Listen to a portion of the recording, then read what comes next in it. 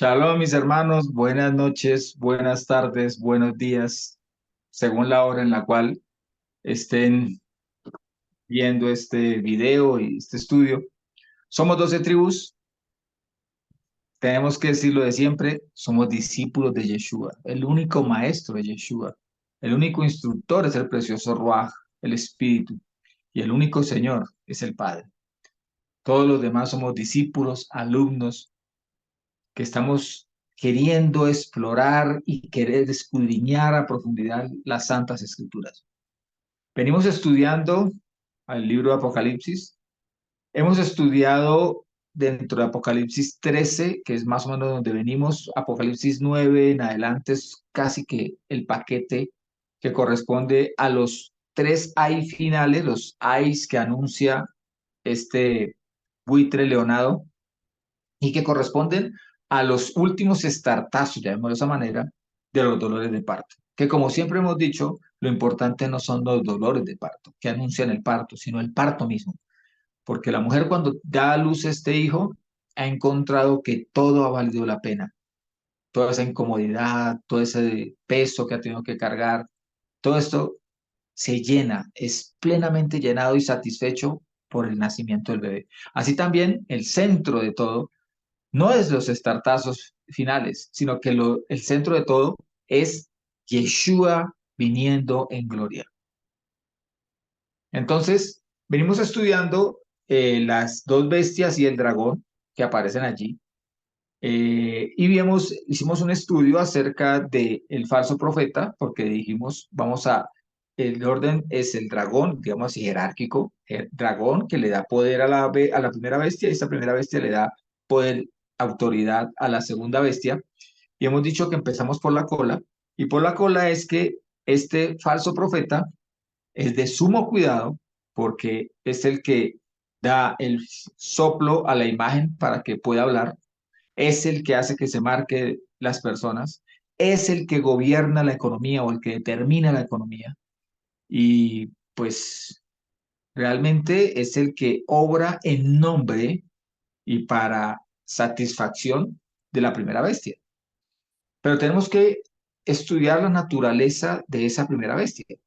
Y encaminados en esa búsqueda de identificar a esa primera bestia, pues hemos venido haciendo estudios, hemos venido analizando las Santas Escrituras de Apocalipsis 13, como les digo, que es donde nos encontramos básicamente como punto de partida, pero tenemos que verla dentro del contexto y dentro de lo que es el contenido que hallamos en las Sagradas Escrituras.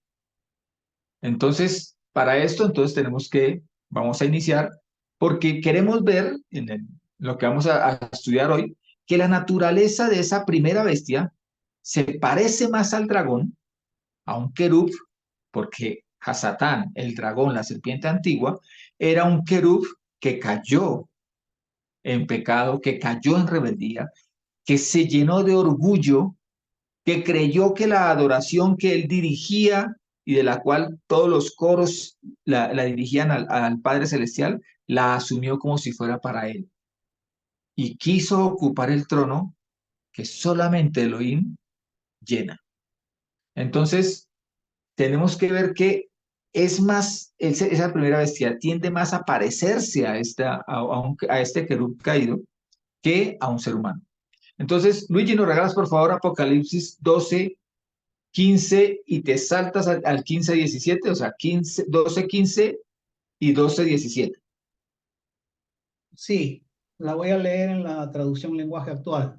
Ok, Dice, el dragón o la serpiente arrojó mucha agua por la boca y con el agua formó un río para que arrastrara a la mujer.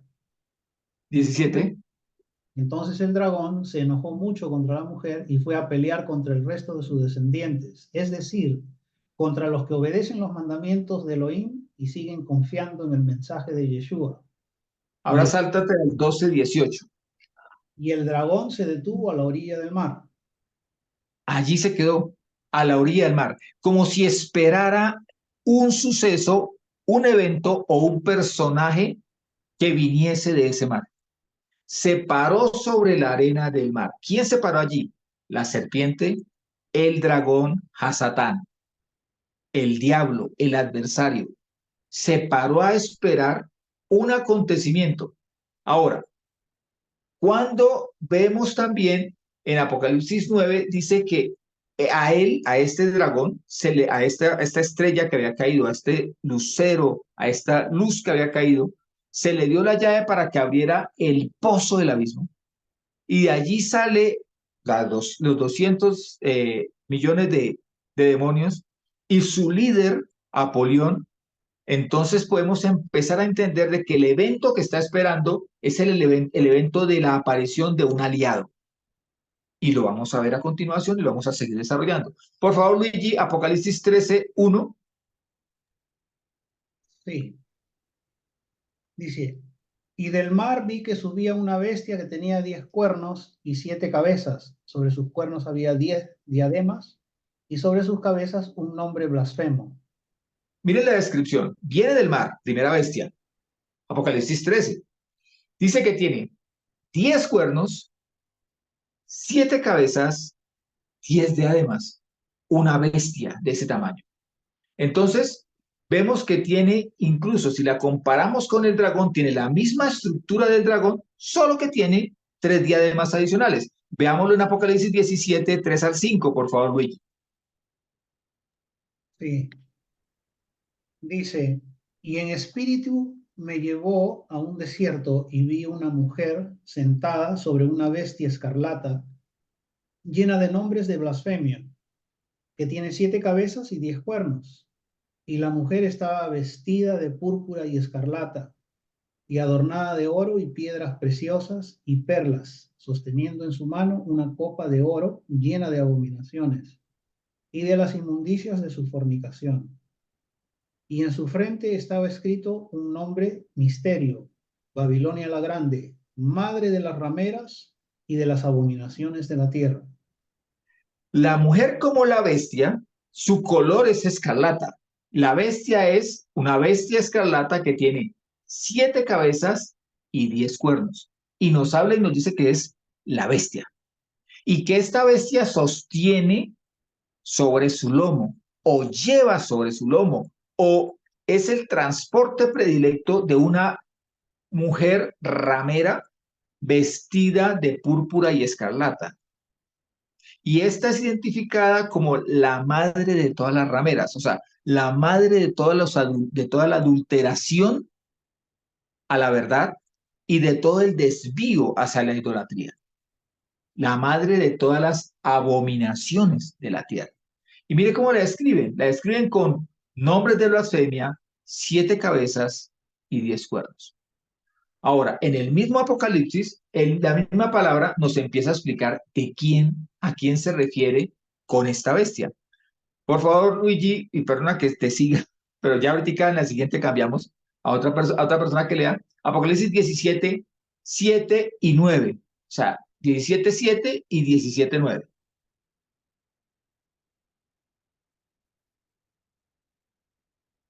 9 y 10, perdón. Ok, dice, y el ángel me dijo, ¿por qué te asombraste? Yo te diré el misterio de la mujer y de la bestia que la lleva, la que tiene las 7 cabezas y los 10 cuernos. Aquí está la mente que tiene sabiduría. Las 7 cabezas son 7 montes sobre los cuales se sienta la mujer. Y también son 7 reyes. 5 cayeron, el uno es, el otro aún no ha venido, y cuando venga debe durar poco.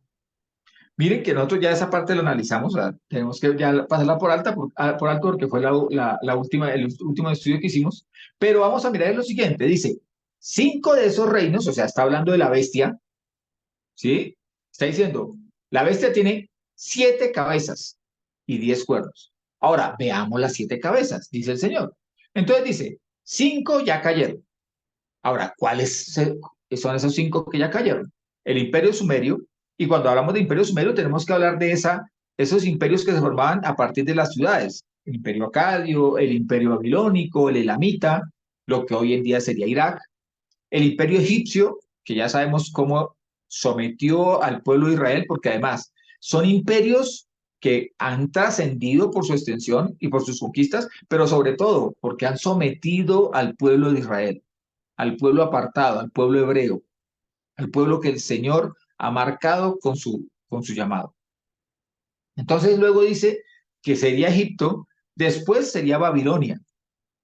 Aquí hablábamos de Nabucodonosor y de todo esto que lo veremos ya en el siguiente estudio, hablando de la imagen y de y las bestias del libro de Daniel. Luego los medopersas, luego los griegos. Luego dice, el uno es, el que es, para ese momento, sabemos, es Roma, sería el sexto. Faltaría el séptimo que dice, y cuando venga debe durar poco. Ahora, nosotros para el estudio que hicimos, llegamos a mirar que puede ser, es muy probable y daríamos por cierto que es los nazis en su persecución, que ya es característica y ya toda la identificamos en su persecución durante la Segunda Guerra Mundial. Ahora, ¿es de corta duración? Claro que fue de corta duración si lo comparamos, si lo vemos comparado con los otros imperios. Los nazis tuvieron una muy corta duración.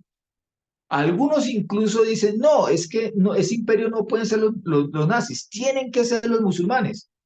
Pero es que debemos considerar que el imperio musulmán es un imperio de larga duración. Si nosotros vamos a ver sus orígenes, tenemos que verlo como herederos de Ismael y de Saúl en sus orígenes.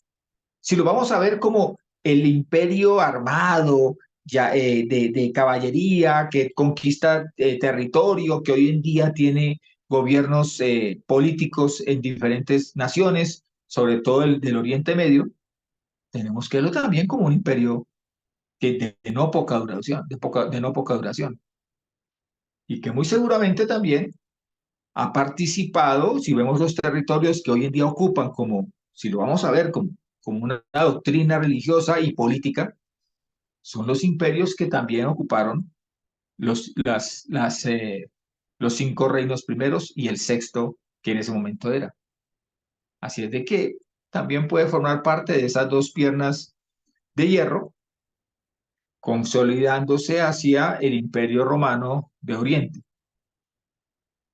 Pero pueden ser participantes de los que llevan a la mujer. Pero este último, el sexto, tiene la característica que es de corta duración.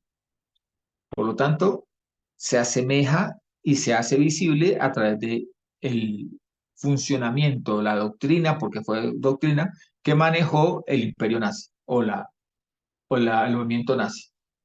Ahora, Lorena, ¿nos regalas por favor Apocalipsis 17, 11 al 15? Que está interpretando el ángel, está diciéndonos quién es esta bestia en la que cabalga la mujer. Ok. Y la bestia que era y no es, ella es también el octavo, y es de los 7, y va a perdición. Y los 10 cuernos que viste son 10 reyes, los cuales aún no han recibido reino, pero recibirán autoridad como reyes juntamente con la bestia por una hora. Entonces, estos tienen un mismo propósito y entregan su poder y autoridad a la bestia. Ellos pelearán contra el Cordero y el Cordero los vencerá, porque Él es Señor de señores y Rey de reyes. Y Amén. los que están con Él son llamados y elegidos y fieles. Me dijo, las aguas que vistes, donde se sienta la ramera, son pueblos y multitudes, y naciones y lenguas. Y los 10 cuernos que viste y la bestia, estos aborrecerán a la ramera y la dejarán desolada y desnuda, y devorarán sus carnes, y a ella la quemarán con fuego. Son utilitaristas. La bestia, la ramera les ha prestado un servicio, el servicio de disponer pueblos, naciones, lenguas para la adoración a la bestia y al dragón. Pero miren que la naturaleza, el aspecto, las facciones de la primera bestia son muy similares a las del dragón, que ya lo vimos en Apocalipsis 12, el que persigue a la mujer que está a punto de dar a luz un bebé. Pero estos, dice allí que esa bestia que tiene los 10 cuernos Esos 10 cuernos son 10 reyes, que recibirán, habla futuro, autoridad como reyes juntamente con esta bestia. Lo característico también es que son 7 cabezas, pero describe 8, porque dice, las 5 primeras ya pasaron, la que es ahora y la que habrá de venir de corta duración. La sexta es Roma, el de corta duración sería el séptimo, pero luego habla de la octava bestia que dice que viene de los otros 7. Estaba con los otros 7. ¡Wow! Un ser humano estando desde Babilonia o desde Sumeria hasta la época del fin de los tiempos, es muy complicado creer que pueda ser un ser humano. Y más cuando tiene tales características que la asemejan a un ser espiritual que es el dragón. Más adelante, dentro de lo que haremos de ver, tendremos que distinguir qué es ese plano, esa dimensión espiritual. Si está a nuestra disposición en el sentido de si es accesible para nosotros, si es conocible para nosotros dentro de nuestras limitaciones humanas. Pero este ser es un ser espiritual. Y para darles un anticipo, un adelanto, en la ley, la norma dice que el que puede lo más, puede lo menos.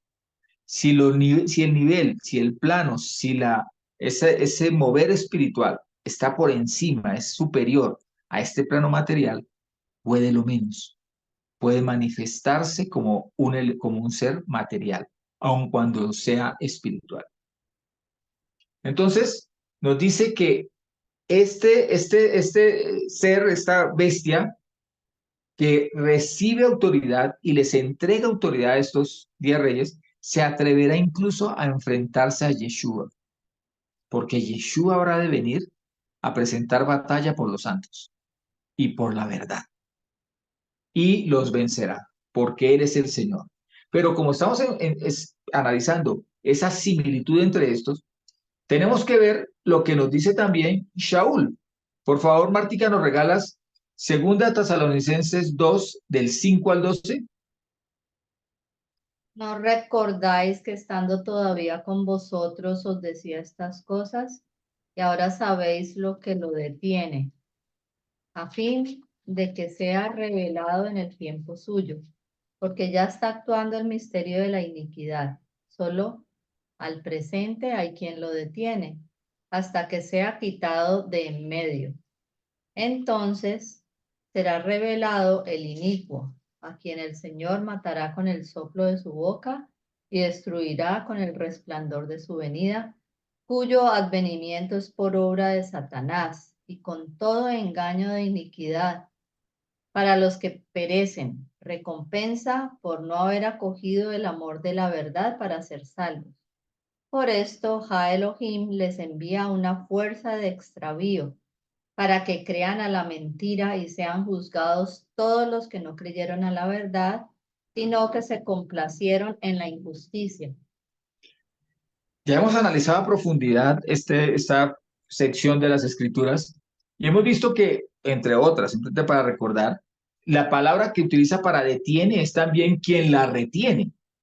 Entonces lo que dice allí es que una vez le sea quitado, o sea, la retiene la iniquidad, no la quiere soltar, pero tiene que soltarla en algún momento. ¿En qué momento tienen que soltarla? Lo dice en el versículo 6, dice, a fin de que sea revelado en el tiempo suyo. O sea, en el tiempo que el Eterno ha determinado para que sea manifestada esa primera bestia. Indica entonces, si estamos hablando de una manifestación de que sea, para que sea revelado, significa que ya está, que de tiempo atrás ya existe, que desde hace mucho tiempo se encuentra retenido, ocultado, y tiene que haber un momento de su manifestación, según el plan del Eterno, según el plan divino. No hace lo que quiere, no puede hacerlo. Lo hace en cumplimiento del plan que el Señor ha plasmado en sus santas escrituras para que nosotros los santos estemos advertidos. Y da la característica que también ya vimos en Apocalipsis 13, cuando dice que esta primera bestia recibe el poder poderío y autoridad del dragón, de Hasatán. Y aquí lo dice, cuyo advenimiento es por obra de Hasatán, de Satanás. Y también dice Apocalipsis 13, dice que harán prodigios maravillosos simplemente para engañar a los hombres sobre la faz de la tierra. Y aquí lo dice, y con todo engaño e iniquidad para los que perecen. Porque desde el principio lo hemos dicho, este es el tiempo de trompetas es el tiempo de separar el trigo y la cizaña, de preparar al trigo en el granero y de preparar la cizaña para el fuego. Dice, a fin de que sea revelado en el tiempo suyo. Recordemos que Hasatán recibe la llave para abrir el pozo, para que salga de allí un aliado que va a tener, un aliado que él se paró a mirar hacia el mar porque sabe que de allí habrá de venir el aliado que le garantizará el engaño a la humanidad para recibir adoración, que fue lo que siempre anheló.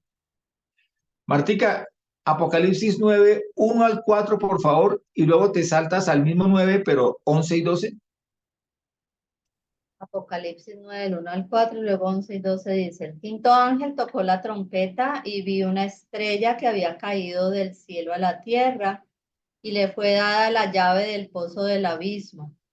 Y abrió el pozo del abismo y del pozo subió un humo, como el humo de un gran horno. Y a causa del humo del pozo fueron entenebrecidos el sol y el aire. Y del humo salieron langostas a la tierra y les fue dado poder como el poder que tienen los escorpiones de la tierra, con toda clase de poderes y señales milagrosas y prodigios mentirosos. Sobre ellas tienen por rey el ángel del abismo, cuyo nombre en hebreo es Abadón y en griego Apolión. El primer ay pasó, he aquí, después de esto vinieron aún dos ayes. Cuando nos habla de Apolión, es el mismo Apolos, es el mismo dios Helios. Cuando nosotros analizamos la mitología o las leyendas antiguas de los pueblos, hay este dios que es un dios de destrucción, destructor. Shiva, por ejemplo, en los indios, en los hindúes, tiene esa característica de ser el supuestamente un dios destructor de mundos para que en la reconstrucción supuestamente esté el mejor propósito, el cumplimiento del mejor propósito. Pero tenemos que ver es lo siguiente. Esta bestia que aparece allí, que viene del pozo del abismo, que es liberada por Hasatán, y lo que les digo es el cumplimiento como de esa expectativa de Hasatán, ¿por qué habrá de venir del mar? ¿Y qué vendrá con una naturaleza similar al dragón, a la serpiente? ¿Por qué tendrá que ser similar a la serpiente? Porque tiene que ser de su confianza, para entregarle el poder, la autoridad y el poderío, que tanto le ha costado. Martica, ¿tú qué tienes? Yo sé que tienes a Enoch, el libro de Enoch 54, capítulo 54, versículos 5 y 6, por favor. Y me dijo, esas están siendo preparadas para las tropas de Asael, para que puedan agarrarlos y lanzarlos al abismo de total condenación y cubrir sus quijadas con piedras ásperas, tal como mandó el Señor de los Espíritus. Miguel, Gabriel y Rafael y Sadiel, en ese gran día los agarrarán y los arrojarán en el horno ardiente para que el Señor de los Espíritus pueda vengarse de ellos por convertirse en súbditos de Satanás y descarriar a aquellos que habitan sobre la tierra. Aquí solamente estamos dando un abrebocas de lo que habremos de ver, cómo este Asael dice que tiene tropas. En esta narrativa que nos hace Enoch, basado en lo que dice el libro de Génesis, o basado no, narrando los mismos hechos del libro de Génesis, nos dice que 200 querubín que tenían que vigilar que el hombre no volviese a entrar al Edén a tomar del fruto de la vida eterna, que garantizaba la vida eterna. Entonces se corrompieron con las mujeres.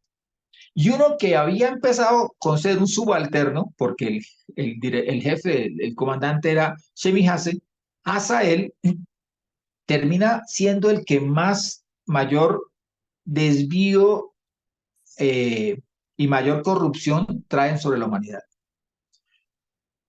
Cuando estudiemos los aspectos espirituales, tenemos que ver estas figuras, estos querub, los sirín, pero los querubín, los sirín, los serafín, y todos aquellos que son figuras celestiales, o sea, figuras espirituales, para poder aclarar. Pero lo que dice allí encaja perfectamente en lo que dice Apocalipsis 20, en el 1 al 3, donde dice que fueron arrojados al horno ardiente, ¿quiénes? A Satán, el primer dragón y el falso profeta que engañaban a la humanidad. Pero antes de eso, la narración que nos hace nos dice que estos que cayeron tuvieron unos hijos llamados los Nefilim, y los Nefilim terminaron siendo lo que hoy en día se conoce como demonios, que se conocen bíblicamente también como espíritus malignos. Toda esa secuencia tenemos que verla, porque esa secuencia habrá de renacer, de volver a aparecer para los tiempos finales. Entonces ya podemos irle dando estructura, naturaleza a la primera bestia e incluso podemos ir acercándonos a un nombre, Asael. Asael dice que fue lanzado al abismo en condenación con sus tropas. Él no iba solo, iba con sus tropas. ¿No será que la tropa de Asael era de 200 millones? Vamos a estudiarlo en un estudio posterior y muy próximo. Ahora, para poder entender todo esto que está sucediendo o que va a suceder en este tiempo final, tenemos que ver el orden de los eventos. El evento que le precede, o sea, no estamos hablando del primer evento porque hay muchos eventos, pero un evento sobresaliente es la apostasía, que prepara a la humanidad para recibir con absoluta tranquilidad, casi como un mal necesario, llamémoslo así, a estas bestias. Y a través de estas bestias, al dragón. Vienen para satisfacción de la humanidad, que es materialista, que busca solamente satisfacer sus deseos, vienen unos tiempos de prosperidad, una prosperidad materialista, donde esa prosperidad viene ligada a una ocupación del tiempo, a una imposición de leyes que alejan al hombre de la Torá, a una dinámica de vida tan agitada, tan ajetreada, tan presurosa, que no tiene tiempo de sentarse a reflexionar, y en la cual la Torá ha perdido todo su valor y toda su importancia para la toma de decisiones de vida. Después de ese gobierno lleno de prosperidad, donde crecen los ingresos y crece la propiedad material, viene un gobierno seductor que es la primera etapa de la primera bestia y del falso profeta, al punto de que el mundo crea que la garantía de su prosperidad está en esos seres y no en el Creador, el Padre Eterno, el Rey Celestial, Yod-Heh-Vah-Heh, sino que creen que va a estar en estos dos personajes. Luego viene, ya con este gobierno en el cual el mundo entero empieza a ver como que estos son los que traen prosperidad, estos son los que convienen para todos, la imagen y la marca de la bestia, cuyo ejecutor, perdón, es este falso profeta.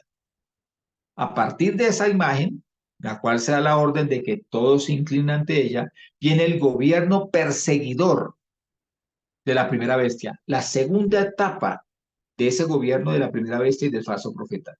Con ella viene ya, con esa persecución que ya es intensa sobre los santos, porque los que se someten a la bestia no van a sufrir persecución.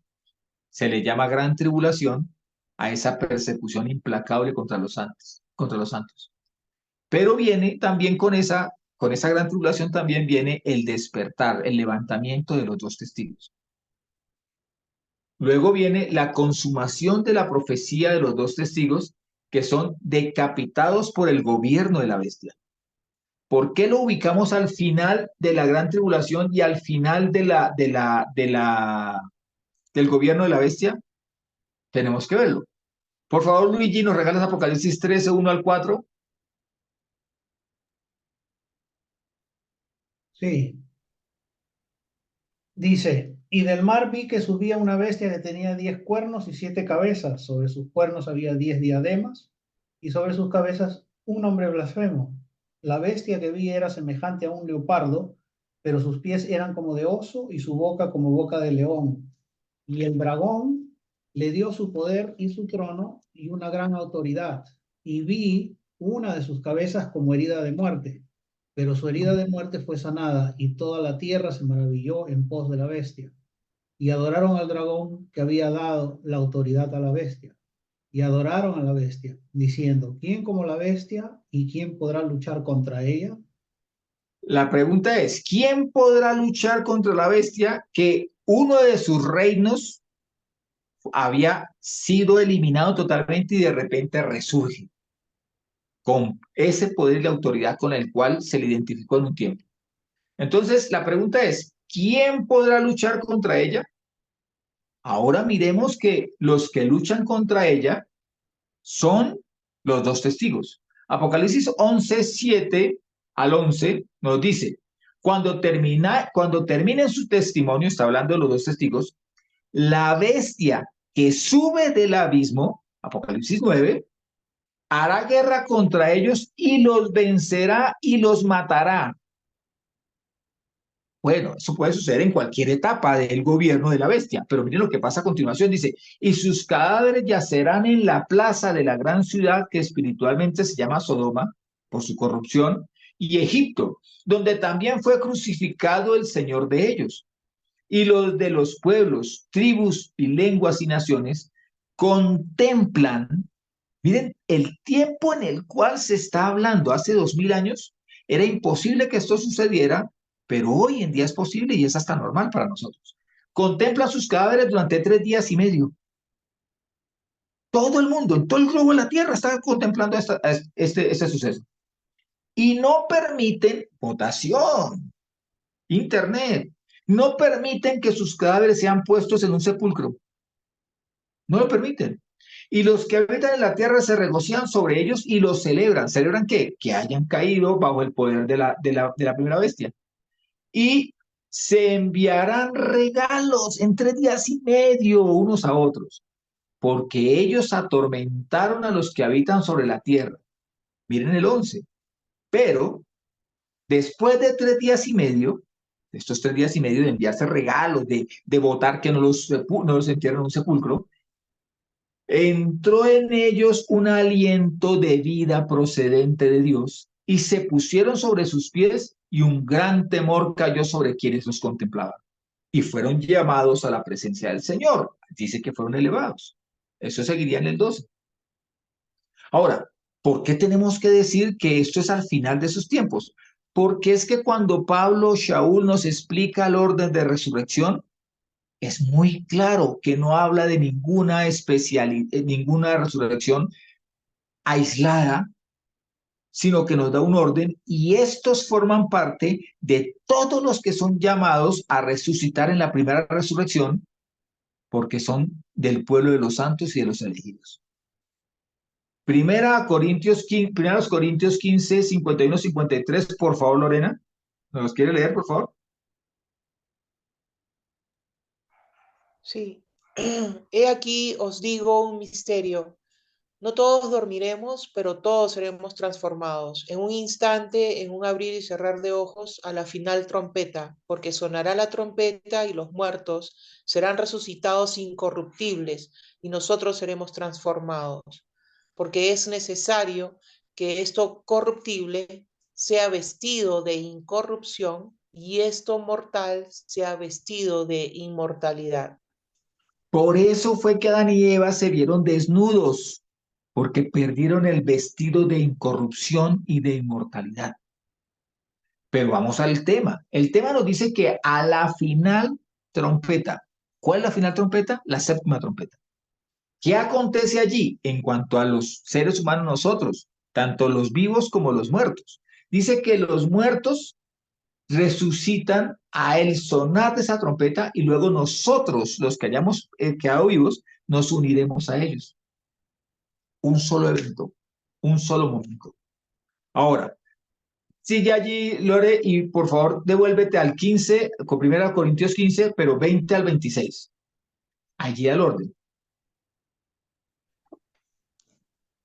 Pero ahora el Mesías fue resucitado de entre los muertos como primicias de los que duermen, porque por cuanto la muerte vino por medio de un hombre, también por medio de un hombre la resurrección de los muertos.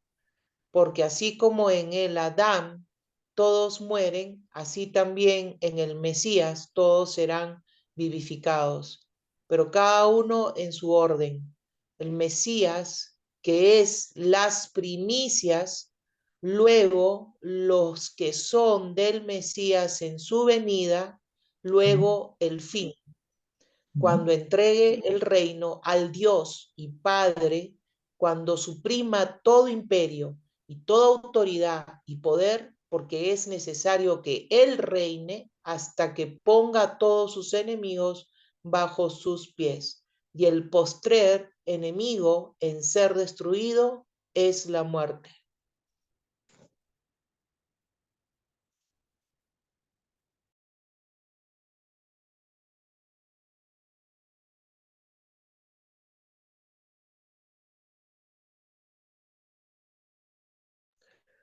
Quedó frisado.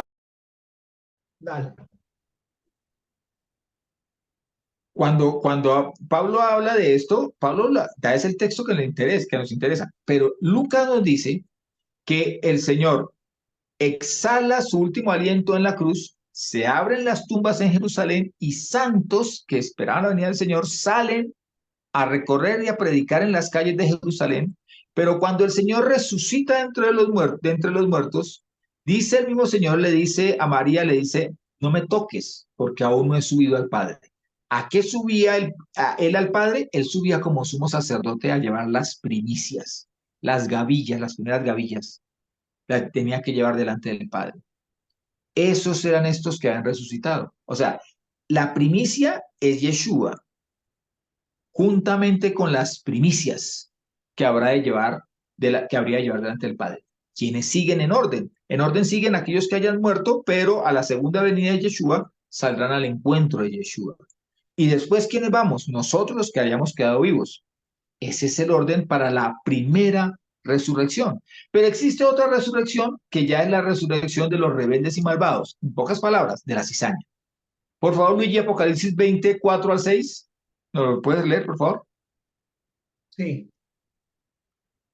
Dice, y vi tronos y se sentaron en ellos y les fue concedido juzgar. Vi también las almas de los decapitados por causa del testimonio de Yeshua y por causa de la palabra de Elohim, y a los que no habían adorado a la bestia ni a su imagen, ni habían recibido la marca en la frente ni en su mano, y volvieron a vivir para reinar con el Mesías 1000 años. Esta es la primera resurrección. Pero los demás muertos no volvieron a vivir hasta que fueron cumplidos los 1000 años.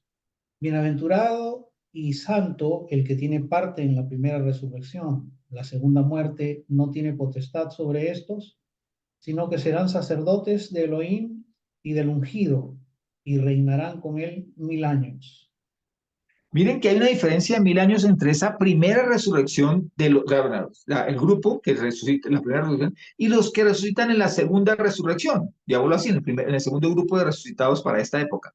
Los segundos resucitan para juicio, los primeros resucitan para reinar con Mashiach, porque Mashiach habrá de venir en gloria, que habremos de estar con él de manera permanente en el lugar que él habita. Ahora, después de esos acontecimientos, ¿qué más sucede? El orden que seguimos dando es, viene la derrota de la primera bestia por la espada que sale de la boca de Yeshua. En la batalla que se conoce como la batalla de Armagedón, para el cumplimiento de la condena que viene de posterior, porque recordemos que para el concepto que debemos manejar son dos las batallas que se presentan. Una al principio del milenio y otra al final del milenio. Una cosa es Armagedón y otra cosa es Gog y Magog. Son dos batallas diferentes. Ahora, después de esto, que la palabra del Señor dice que luego es soltado, después de estos 1000 años, Hasatán es soltado para ir a engañar a las naciones. Hasatán ha estado 1000 años en esta prisión y sale a engañar. Pero antes de eso, tanto el falso profeta como la bestia habrán de ser enviados al lago de fuego que arde por la eternidad. Una vez Hasatán sale a engañar a las naciones y durante el cumplimiento de estos 1000 años, perdón, dentro del cumplimiento de estos 1000 años, no ha salido todavía Hasatán, es que viene las 7 copas de la ira y el gobierno milenial de Yeshua en Israel, en la Jerusalén prometida a Abraham. Mientras unos, como ocurrió cuando estaban en Egipto, mientras unos son sometidos a plagas, otros, los santos, son guardados por la sangre del Cordero, guardados por la sangre de Yeshua. Al final del milenio, Satanás sale y su engaño lo lleva a las naciones. Luego viene ya la última batalla, que es la batalla de Gog y Magog, que es la batalla de la victoria final de Yeshua, y el juicio para los impíos y vida eterna para los justos. Ese sería en resumen lo que habremos de ver a futuro. Apocalipsis 25 y del 7 al 10 nos dice, pero los demás muertos, o sea, los que no estuvieron en la primera resurrección, no volvieron a vivir hasta que fueron cumplidos los 1000 años. En el 7 en adelante dice, cuando los 1000 años se cumplan, ¿sí? Satán será suelto de su prisión y saldrá a engañar a las naciones que están en los 4 ángulos de la tierra.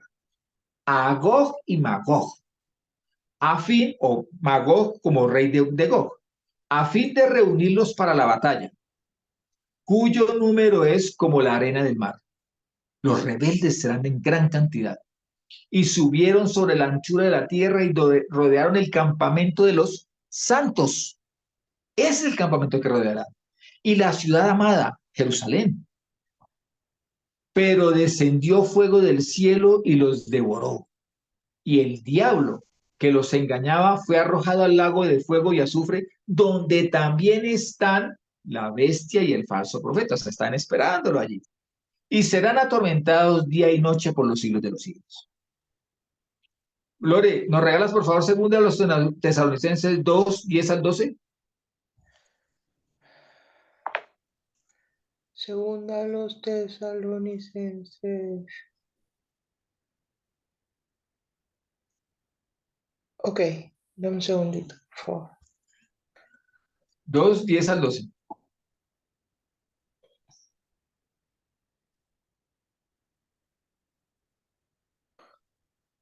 2, 10, 2, 1, 2, 2, 10 al 12. Sí. Y con todo engaño de iniquidad para los que perecen, recompensa por no haber acogido el amor de la verdad para ser salvos. Por esto, Ha Elohim les envía una fuerza de extravío para que crean en la mentira y sean juzgados todos los que no creyeron a la verdad, sino que se complacieron en la injusticia. El Señor da la oportunidad de arrepentimiento. Envía la palabra de verdad. Al acceso de todos están las escrituras. Pero estas personas han elegido más bien su propia satisfacción, pese a que con ella están cometiendo injusticia. Están negando la verdad. Pese a que con ella están negándose al amor que los hace salvos. Pero no es que el Señor les imponga un corazón así de duro. Es que han decidido mantenerse en su egoísmo y en su egocentrismo. Martica, nos regala ya que Enoch nos está aclarando tanto y nos está aproximando a lo que vamos a ver a futuro. Nos regalas, por favor, Enoch 60, capítulo 60, versículos 5 y 6. Miguel me dijo, ¿por qué te asusta la visión de estas cosas? Hasta ahora ha sido el tiempo de su misericordia, y él ha sido misericordioso y lento para la ira para aquellos que viven sobre la tierra. Pero cuando venga el día del poder, del castigo, del juicio que el Señor de los Espíritus ha preparado para aquellos que no se inclinan ante la ley de la justicia, para aquellos que rechazan el juicio de la justicia y para aquellos que toman su nombre en vano, ese día está preparado para los elegidos un pacto, pero para los pecadores castigo. Ahora, Enoc 60, por favor, pero saltas al 24 y 25. Y el ángel de paz que estaba conmigo me dijo, esos dos monstruos han sido preparados para el gran día de Elohim y son alimentados a fin de que el castigo del Señor de los Espíritus no caiga en vano sobre ellos. Harán morir los niños con sus madres y los hijos con sus padres, y luego tendrá lugar el juicio, acorde con su misericordia y su paciencia. Estos vendrán con muerte y su énfasis está en destruir la familia y destruir a los niños. Apocalipsis 20, 14, 15 nos dice, y la muerte y el Hades fueron arrojados al lago de fuego. Esta es la muerte segunda. El lago de fuego, y el que no fue hallado inscrito en el libro de la vida fue lanzado al lago de fuego. Para rematar, por favor, Martica, nos regalas Enoc 62, versículo 1 y luego 8 y 9. Así ordenó el Señor a los reyes, a los poderosos, a los dignatarios y a todos los que viven sobre la tierra, diciendo, abrid los ojos y levantad vuestras frentes, pues si sois capaces de reconocer al elegido. El 8 dice, la asamblea de los elegidos y los santos será sembrada y todos los elegidos se sostendrán en pie en ese día. Pero los reyes, los poderosos, los dignatarios y los que dominan la tierra caerán ante él sobre sus rostros, adorarán y pondrán su esperanza en este Hijo del Hombre, le suplicarán y le pedirán misericordia. Han actuado sin misericordia, han gobernado las naciones a su arbitrio, han sacado usufructo del sudor de los pobres, y aquí vienen y le claman al Señor que por favor tenga de ellos misericordia. Pero miren lo que dice Enoc 63, 1, 5 al 7 y el 12. Dice 63, 1.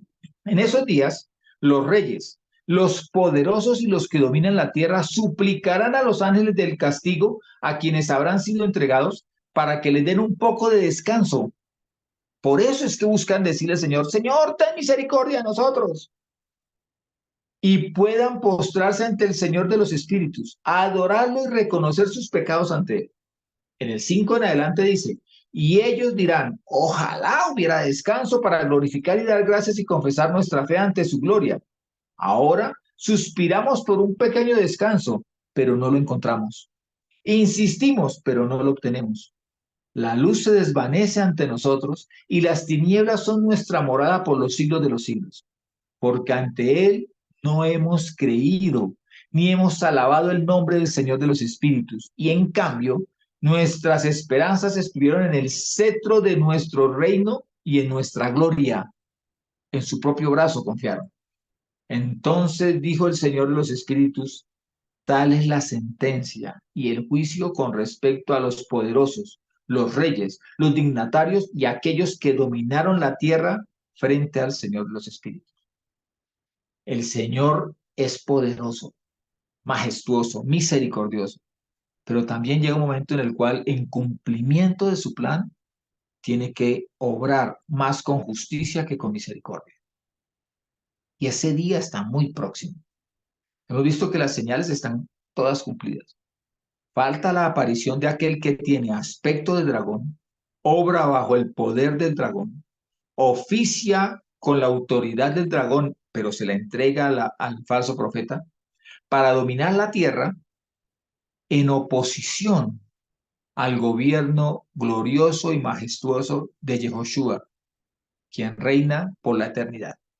Es la rebeldía en su máxima expresión, tratando de manera terca de creerse a sí mismos que la palabra del Señor no se habrá de cumplir cuando todo ya está cumplido y ellos mismos forman parte del cumplimiento de la palabra. Pero como el mundo entero ignora las escrituras, como el mundo entero lo único que espera es las señales maravillosas y prodigios, y no se concentran en poder discernir qué es falso y qué es real, qué es verdadero, cuyo juicio sería fácil, sería casi que elemental, si tuviésemos puesto los ojos en las escrituras y en su autor. Pero como el mundo anda en rebeldía, la bestia y el falso profeta encuentran más que un terreno abonado por la apostasía, para que sea fácil para la humanidad, para aquellos que tienen los ojos puestos en lo terrenal, adorar a estos dos y al dragón, a Hasatán, al diablo que como con su misma palabra lo dice, es el adversario. El mundo habrá de reconocer porque habrán de llamar a lo bueno malo y a lo malo bueno. Ponen lo dulce por amargo y lo amargo por dulce. Pero nosotros los santos, los elegidos, somos apartados para recibir bendición eterna, para recibir salvación eterna. Y no solamente para aquel tiempo son sus promesas son para el tiempo de hoy, para vivir como santos, elegidos, apartados para el Señor. Él es el Rey de Reyes. ¿Se levantarán contra él? Sí, multitudes sin número, pero él vencerá y nosotros con él. Bendiciones. Shalom, mis hermanos. Hagamos la elección por Yeshua y mantengámonos fieles y santos ante su presencia. No nos dejemos guiar por nuestro vientre o por el materialismo que se nos enseña. Vayamos a las santas escrituras. La Torah está abierta y dispuesta a darnos luz cuando tenemos deseo de aprender de ella y de obedecerla. Bendiciones. Shalom. Shalom, hermanos. Shalom. Hasta la próxima. Que Dios los bendiga.